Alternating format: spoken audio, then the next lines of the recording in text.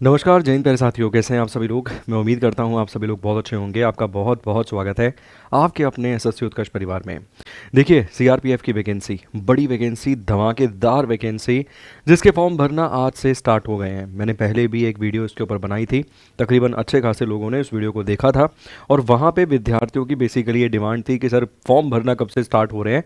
अगर आप इसके संबंध में भी हमें इन्फॉर्मेशन दोबारा दे देंगे तो एटलीस्ट हमें याद भी रहेगा और हम फॉर्म भी भर पाएंगे आसानी से। इजीली हम फॉर्म को फिल कर लेंगे। ठीक है, तो चलिए आइए इस वीडियो में हम डिस्कस करते हैं सर।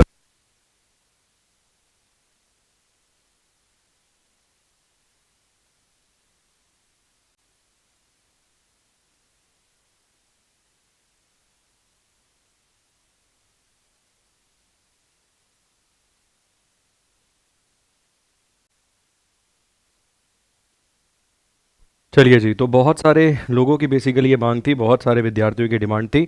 उस मांग को समझते हुए, उस मांग को मैं मानते हुए एक और वीडियो यहाँ पे इसके संबंध में क्रिएट कर रहा हूँ, ताकि आपको ये इन्फॉर्मेशन मिल जाए कि भाई कब से फॉर्म भरना स्टार्ट हो रहे हैं। आज से फॉर्म भरना शुरू हो गए हैं, इसको जल्दी से डिस्कस करते हैं। ठीक है, देखो सबसे पहले वैकेंसी के संबंध में यहाँ पे लिखा हुआ है sir, ministry of home affairs के तहत ये वैकेंसी है।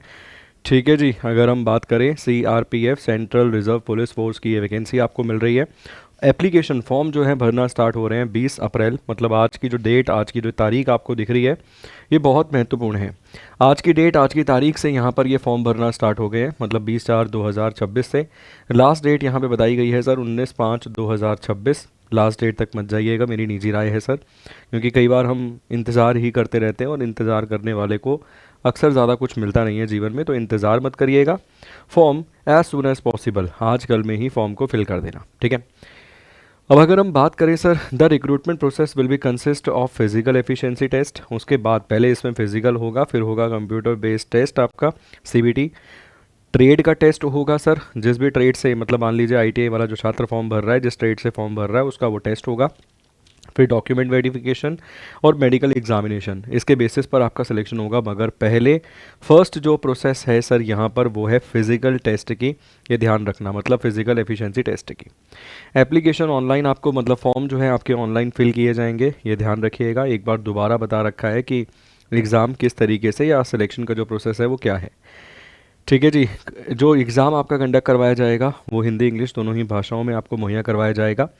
इसके साथ साथ इसमें पास होना और उसमें पास होना, उसके बाद ही आपकी डॉक्यूमेंट वेरिफिकेशन और ट्रेड टेस्ट, उसके बाद ही ट्रेड टेस्ट के बाद ही आपकी डॉक्यूमेंट वेरिफिकेशन की जब हम बात करते हैं वो कंडक्ट करवाई जाएगी।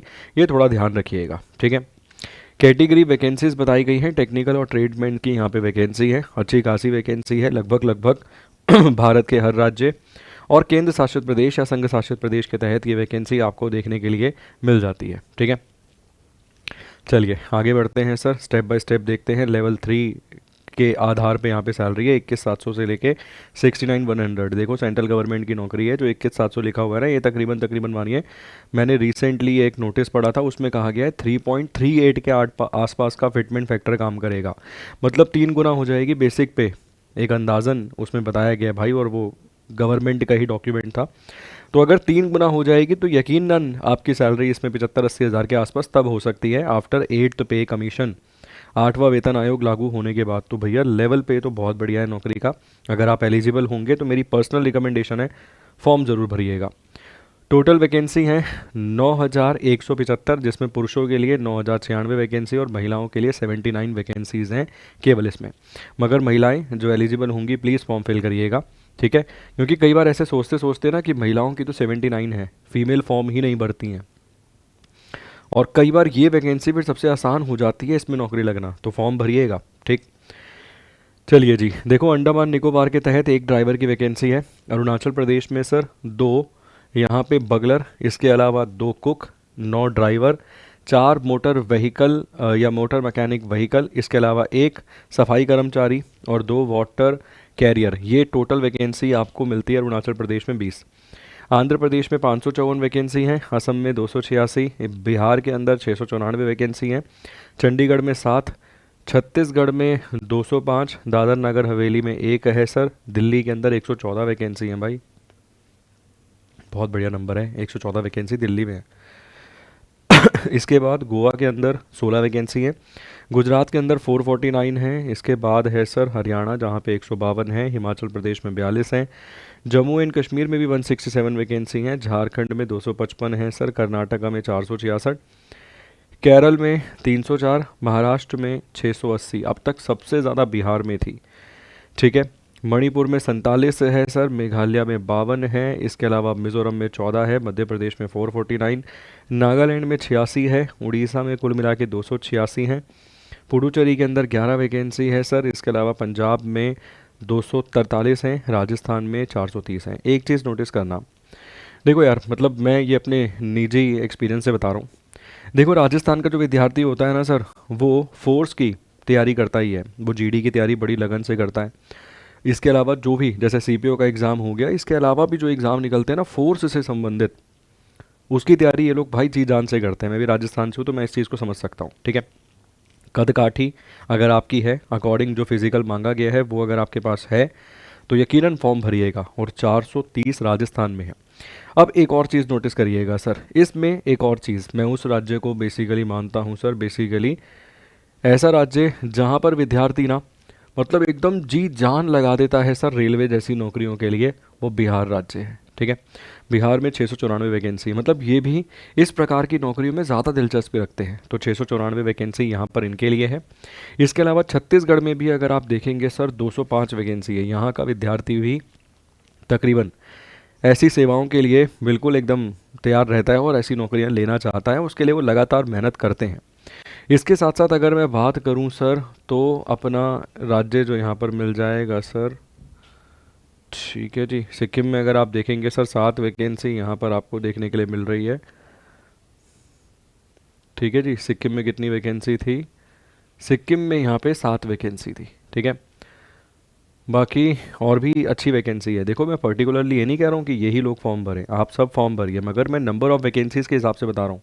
जैसे मान लीजिए अगर बिहार में 1 करोड़ विद्यार्थी तैयारी कर रहा है, तो आराम से मुझे लगता है जो वैकेंसी बताई गई है 694 बिहार के अंदर, आराम से मुझे लगता है कि केवल बिहार बिहार से 3-4 लाख फॉर्म भर जाएंगे कम से कम। तो मैं इसके हिसाब से बता रहा हूँ, वहाँ पर कॉम्पिटिशन ज़्यादा होगा। अब अगर मैं तुलनात्मक तरीके से कहूँ, मैं कहूँ सर यहाँ पर अपना JNK जम्मू एंड कश्मीर के संबंध में 167 वैकेंसी है, तो हो सकता है तुलनात्मक तरीके से यहाँ कंपैरिजन अगर आप करेंगे अन्य स्टेट से तो कंपटीशन हो सकता है कम हो। ठीक है, मगर बिहार हो गया अपना, झारखंड हो गया, राजस्थान हो गया, यहाँ पर कंपटीशन आप देखिएगा बहुत तगड़ा होगा। एक एक पोस्ट पे मुझे लगता है भाई साहब हो सकता है 500 कैंडिडेट बैठ जाए, ऐसी पॉसिबिलिटी है। ठीक है, तो तुम्हें ये नहीं मोटिवेट करने के लिए नहीं बोल रहा हूँ, ये मैं तुम्हें समझा रहा हूँ कि भाई कंपटीशन ज़्यादा होगा, ज़्यादा अच्छे से तैयारी करिएगा अगर आप इन क्षेत्रों में हैं, इन राज्यों में हैं तो। इवन हरियाणा वालों के लिए भी यही चीज़ रहेगी, सबके लिए रहेगी ये चीज़। ठीक है, चलिए आगे चलते हैं सर, आगे चीज़ों को समझते हैं। तो कंपटीशन तगड़ा होने वाला है इस पोस्ट के तहत। उत्तर प्रदेश वालों की जब मैं बात करता हूँ सर, क्योंकि ये पेज छुपा हुआ था हमारा, उत्तर प्रदेश वाला छात्र भी भाई साहब ऐसी नौकरी के लिए एकदम जी जान लगा देता है। जी जान लगाने का अर्थ यहाँ पर यह है कंपटीशन ज़्यादा तगड़ा होगा। 1215 पोस्ट है भाई, यूपी के लिए 1215। इसके अलावा पश्चिम बंगाल, वेस्ट बंगाल में कुल मिला के 748 वैकेंसी हैं। यहाँ का विद्यार्थी CGL और बैंकिंग की वैकेंसी में जान लगाता है भाई साहब, बहुत सारों को जानता हूँ मैं, बहुत सारों को। पश्चिम बंगाल का CGL और बैंकिंग की वैकेंसी में जान लगा देता है विद्यार्थी। ठीक है, चलिए सर आगे चलते हैं। यहाँ पर उसने बाकी चीज़ों को बता रखा है भैया कि क्या है क्या नहीं है, इसके ऊपर मैं ऑलरेडी एक अलग वीडियो बना चुका हूँ एलिजिबिलिटी क्राइटेरिया को लेकर, फिर भी देख लीजिए। भारतीय नागरिक यहाँ पर रहेगा। फॉर्म भरने के लिए योग्यता जो है सर 21 से लेकर 27 साल यहाँ पे योग्यता बताई, मतलब बताया गया है ड्राइवर के लिए, एज लिमिट है ये ड्राइवर के लिए। ठीक है, इसके अलावा for the post of constable, motor mechanic, vehicle, cobbler, carpenter, tailor, brass band, pipe band, gardener, bugler, painter, cook, barber cum hair dresser, washer man, women, इसके अलावा वाटर कैरियर, सफाई कर्मचारी, मशोन, इसके अलावा प्लम्बर और इलेक्ट्रिशियन, इनके लिए जो एज लिमिट बताई गई है वो है 18 से 23 साल, दोनों के लिए एज लिमिट अलग है। वहाँ 21 से 27। ड्राइवर वाली पोस्ट के लिए हैवी लाइसेंस लगेगा आपका, ठीक है ना, HMV। इसके अलावा रिलैक्सेशन यहाँ पे बताया गया है SC ST के संबंध में, OBC के संबंध में, एक्स सर्विसमैन के संबंध में जो एज रिलैक्सेशन है यहाँ पर बताई गई है। ठीक है, चलिए इसके अलावा अगर हम बात करें सर, तो एग्ज़ाम पैटर्न पे भी एक बार चर्चा कर लेते हैं पुणे यहाँ पे, कि यहाँ पे आपको एग्ज़ाम पैटर्न क्या देखने के लिए मिलेगा। वैसे तो यहाँ 100 प्रश्न आपको मिल जाएंगे, ठीक है जी। और ऊपर उसने वो बता ही दिया है कि पेपर जो है वो हिंदी इंग्लिश दोनों ही में आने वाला है। एजुकेशनल क्वालिफ़िकेशन यहाँ पे बताई गई है भाई, ड्राइवर के लिए क्या है। इसके अलावा आईटीआई भी यहाँ पे प्रॉपर बताया गया है। जैसे अगर आप देखेंगे मोटर मैकेनिक व्हीकल के संबंध में एजुकेशनल क्वालिफ़िकेशन, या तो वो कह रहा है भाई साहब 10th कर रखी हो, 12th कर रखी हो रिकग्नाइज बोर्ड से, या फिर आपने सर 2 साल का आईटीआई वाला डिप्लोमा जो आईटीआई है वो आपने कर रखा हो। तो प्रॉपर बता रखा है, टेक्निकल क्वालिफिकेशन बताई है प्रॉपर उसने। और नेशनल और स्टेट अप्रेंटिसशिप सर्टिफिकेट हो आपके पास मैकेनिक मोटर व्हीकल से संबंधित 3 साल का, तो यहाँ पे प्रॉपर उसने बताया है इसके संबंध में। तो क्वालिफिकेशन जिसको जो भरना है उस क्वालिफिकेशन को मद्देनज़र रखते ही फॉर्म भरिएगा। हवाबाजी के चक्कर में ये नहीं कि बिना आँख पे पट्टी बांध के फॉर्म भर दिया कि हमारी आयु सीमा है तो हम एलिजिबल हैं। 100 रुपये की यहाँ पे फ़ीस बताई गई है सर, 100 रुपीज़ यहाँ पर आपको देने पड़ेंगे फ़ीस के संबंध में, ठीक। चलिए जी, इसके अलावा बताया गया है बाकी चीज़ों के संबंध में कि भाई कहाँ कहाँ पर सेंटर बताया गया है, पीईटी का, पीएसटी का, ठीक है ना, और ट्रेड टेस्ट के लिए सेंटर बताए गए हैं। तो भाई जहाँ भी आप सुटेबल होंगे, जिस भी क्षेत्र में आप सुटेबल होंगे वहीं से अपना भरिएगा ताकि आपको आसानी हो जाकर अपना पीईटी और पीएसटी देने में, ठीक है। फिजिकल एफिशिएंसी टेस्ट की जब हम बात करते हैं सर, 5 किलोमीटर की दौड़ लड़कों के लिए 24 मिनट में, लड़कियों के लिए 1.6 किलोमीटर की दौड़, कुल मिला के 8.5 मिनट में ये दौड़ पूरी करनी होगी। इसके अलावा अगर हम बात करते हैं सर सीटी cook, water career, city barber, इनके लिए भाई लड़कों के लिए 1.6 किलोमीटर 10 मिनट में और लड़कियों के लिए 1.6 किलोमीटर 12 मिनट में, ठीक है। चलिए, तो यहाँ पर बता रखा है फिज़िकल पीईटी के बारे में, फिज़िकल एफिशिएंसी टेस्ट के बारे में, ठीक है जी। इसके अलावा लड़कों की हाइट 170 सेंटीमीटर, लड़कियों की 157 सेंटीमीटर। रिलैक्सेशन यहाँ पे दिया जाएगा, एससी एसटी नॉर्थ ईस्टर्न जो क्षेत्र के विद्यार्थी हैं उनको यहाँ पे रिलैक्सेशन दिया जाएगा। उसके संबंध में प्रॉपर यहाँ मेंशन किया गया है किस किस क्षेत्र के विद्यार्थी को रिलैक्सेशन मिलेगा, तो उसकी भी चिंता मत कीजिएगा, प्रॉपर नोटिफिकेशन में उसने बताया है, ठीक है। चेस्ट एक्सपेंशन को लेकर भी प्रॉपर क्राइटेरिया बताया गया है कि किसके लिए क्या चेस्ट एक्सपेंशन क्राइटेरिया और क्या यहाँ पे रिलैक्सेशन रहने वाला है, ठीक है।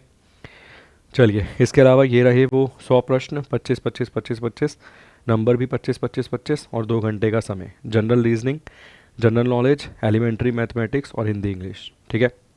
चलिए, 0.25 की नेगेटिव मार्किंग है, प्रत्येक प्रश्न सही करने पर 1 नंबर और गलत करने पर 0.25 कट जाएंगे।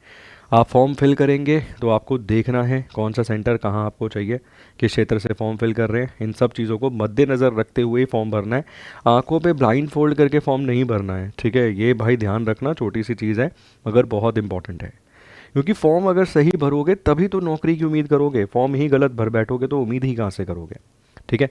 इससे संबंधित कोई भी डाउट रहे कमेंट बॉक्स में छोड़ दीजिएगा, मैं अलग से उसके ऊपर वीडियो बना दूंगा। बहुत बहुत शुक्रिया सर आपका, धन्यवाद, thank you so much, God bless you.